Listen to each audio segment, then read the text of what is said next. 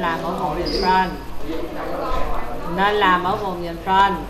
Những đối tượng nào mà nó có tiết diện tròn thì tất cả những cái này nó có thể làm được hết. Ví dụ tôi sẽ vẽ một cái chén. Công cụ Lathe giống y như công cụ bên công cụ Ben, giống như những phần mềm 2D, nhưng nó vẽ xong rồi nó mới chỉnh, chứ chỉnh vừa vẽ vừa chỉnh không vẽ được ha. Ví dụ tôi vẽ ở vùng nhìn top, ở vùng nhìn front nè, tôi vẽ 1/2 của cái chén,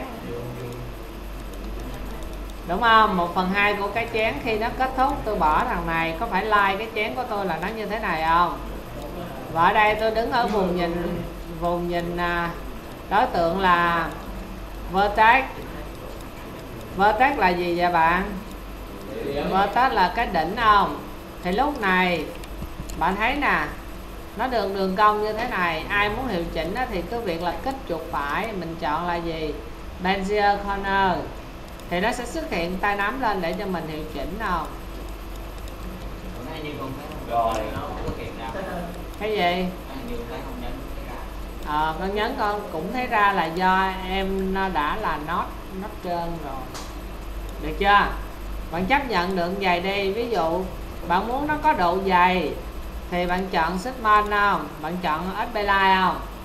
Là cấp chu tuyến á. Rồi bạn chọn làm việc gì? Chọn hết tất cả, bạn chọn thuộc tính giùm tôi là outline. Một là bạn đánh thông số, hai là bạn click, bạn nắm bạn kéo vô đây. Tôi xác định được độ dày của cái chén không? Đúng chưa? Sau đó rất là đơn giản. Ở bên đây là min của thằng gì vậy? Min của thằng S. Và bên đây là max của thằng gì? Thằng S. Đứng về cấp cha. Tôi nhắc rất là rõ, đứng về cấp cha là cấp 9 là cấp Lathe nè. Gán lưu một lệnh là lệnh Lathe, đúng không? Sau đó mình click qua min hay là max, nó lật tròn đối xứng min hay là max? Max. Thì lúc này tôi sẽ được một cái chén tiện tròn không? Đúng không? Và bây giờ tôi sẽ hiệu chỉnh nó bằng công cụ vertex nè. Tôi kéo show lên, tôi show lên để tôi vừa hiệu chỉnh, tôi vừa chỉnh lại được ha. Tôi vừa show lên.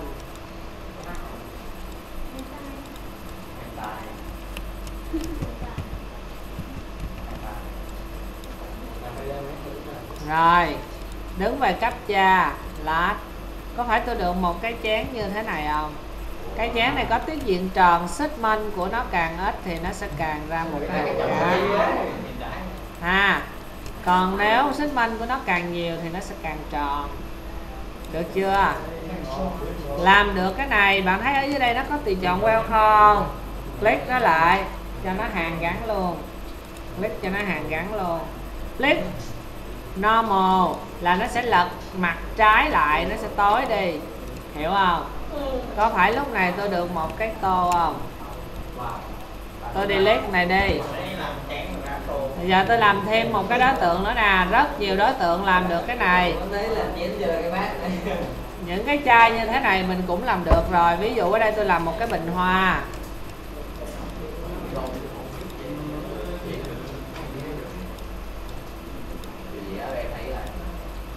Khó dữ lắm đó chứ đâu phải dễ. Đúng không? Antenna W nè. Tôi quay về thằng gì? SPLine tôi cho cái độ gì bạn? Độ dày. Đúng không? Rồi.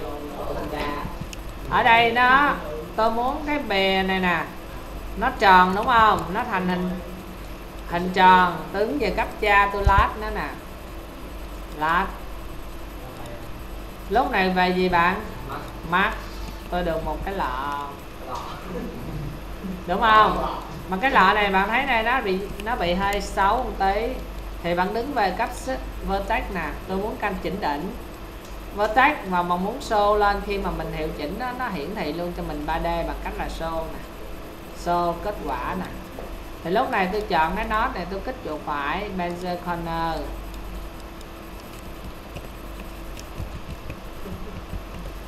Kích chuột phải Bezier corner.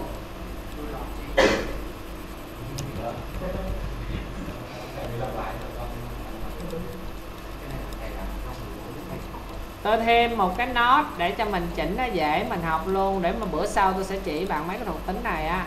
Thêm một cái nốt, click chuột phải, Benzel corner mình kéo cái thằng này ra.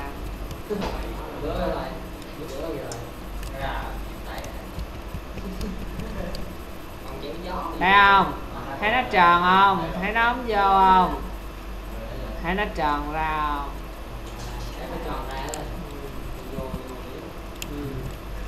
Được không? Được chưa? Thì lúc này về cấp cha rất là nhiều thứ. Bây giờ tôi muốn nó có những cái ngấn của cái bình á. Đúng rồi, ngấn bình á. Thì đây nè, tôi đứng về cấp cha nè, tôi tắt cái tùy chọn show này đi. Tôi đứng ở refine không? Đúng rồi. Tôi chọn một nốt, tôi bỏ một nốt.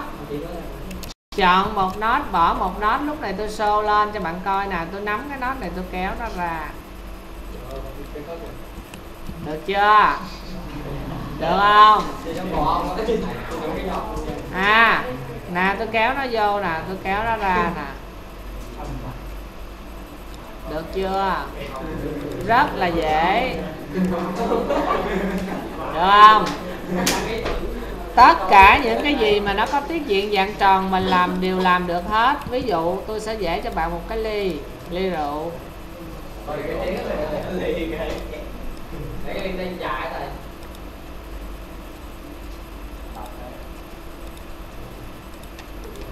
Đúng không? Tôi đứng ở cấp gì? SB line tôi làm 3 lần như vậy, đứa nào mà không hiểu thì thôi. Ốc heo bí đỏ. Ốc heo bí đỏ cũng không có còn tác dụng đâu. Đừng có mờn nha. Sao đứng ở đây còn tùy chọn gì? Lát mát không? Có phải mình được như thế này không? Ở đây cái ấy của nó nè. Tôi đứng ở cấp vertex không? Show lên. Cái miệng ly nó không có được đẹp. Tôi thêm nốt bằng lệnh gì? Refine. Kích chuột phải kết thúc. Chọn một nốt, nắm kéo nó ra. Đó, nó tròn vị không? Rồi. Được gì không? Tôi muốn cái tay cầm của nó, cái ly không đẹp. Ở đây nè, bạn thấy cái chân này nó bị gấp khúc, rất là vuông không? Đứng ở vertex này, chọn cái nốt này. Tôi chọn là Benzier. Thì nó sẽ tự động nó bị gì bạn? Nó bị tròn thôi. Nè, thấy ở đây nó bị tròn không? Thấy đây nó tròn không? Đúng chưa? Rồi bây giờ tôi chỉ cần thêm gì bạn? Refine, không có đổ đâu. Refine mình thêm nốt không? Thêm nhiều nốt lên. Đúng không? Thì bây giờ tôi chỉ việc là chọn một nốt, tôi giữ Ctrl, chọn một nốt, bỏ một nốt. Tôi kéo nó ra như thế này không? Thì lúc này về đây lát nè, nó sẽ có một cái tay cầm. Rất là nhiều thứ. Rất là nhiều thứ vẽ được từ cái lát này. Nó có tiết diện tròn. Ví dụ nè, nhìn nè, ở đây bạn có cái tùy chọn là 360 độ. Nhìn đây không? Thấy nửa cái ly không? Degree của nó nè. Mấy cái này phải ghi vô tập, không có nhớ đâu. Được chưa? Còn nếu bạn thì bạn cho 360 á, thì tự động nó sẽ đóng lại cho mình. Được chưa? Tôi sẽ vẽ thêm một đối tượng nữa để bạn hình dung.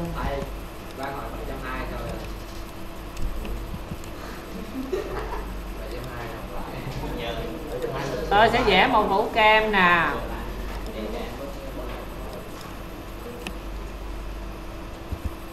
Click, grab, mũ kem.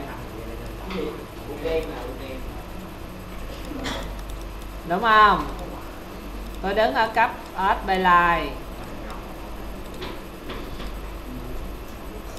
Đúng chưa? Đứng ở cấp Refine, vertex nè. Tôi chọn refine. Xin lỗi mấy bạn. Nghe thầy. Chưa thầy. Dạ đúng rồi. Số báo danh là 8 ở trong máy đó thầy. Dạ đúng rồi. Không, chưa thầy ạ.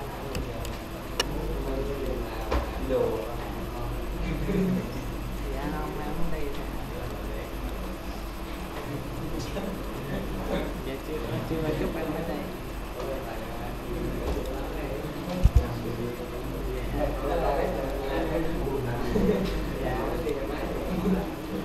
Mắc không? Thì khi bạn làm gì nó bị xấu nè, thì bạn làm việc gì đứng ở vertex nè, mình xô này ra, mình kéo này nó to ra không? Đúng không?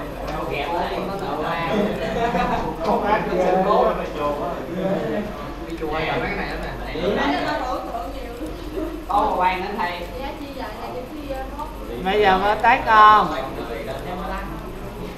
Lên refine. Mai mốt mình vẽ đi rồi mình biết mình tưởng tượng ra cái gì. Đừng có sĩ.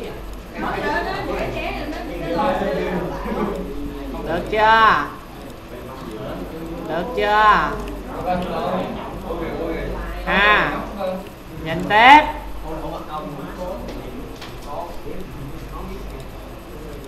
Công cụ line nè, phân nửa nè, wrap.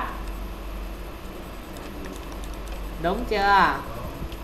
Tôi lại dùng vertex nè, SB line nè. Tôi làm từ nãy là 6 lần rồi đó. Đứa nào đừng có vô thực hành mà thầy ơi làm sao nha.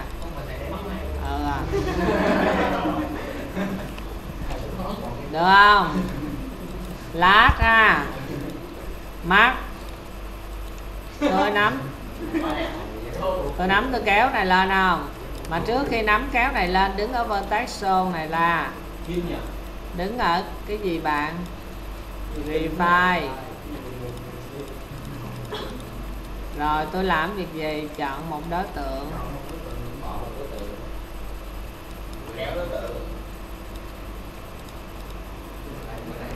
Rồi tôi chỉ việc làm việc gì?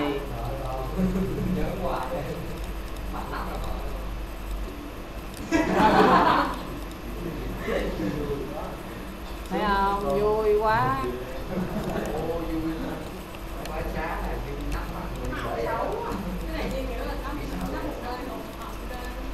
Được chưa?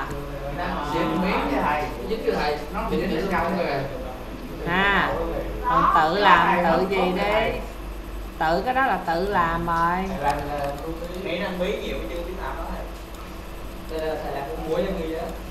Rồi. Được chưa? Bây giờ muốn làm kem ở trong một tí nè. Kem ở trong một tí nè.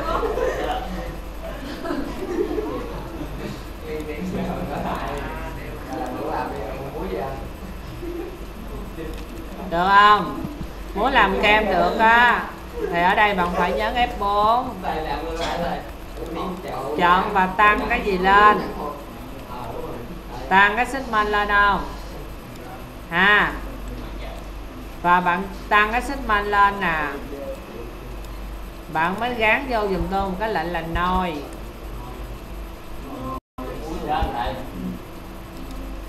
Và bạn tăng dùm tôi cái gì bạn? Cái trục xếp. Đúng không? Đó.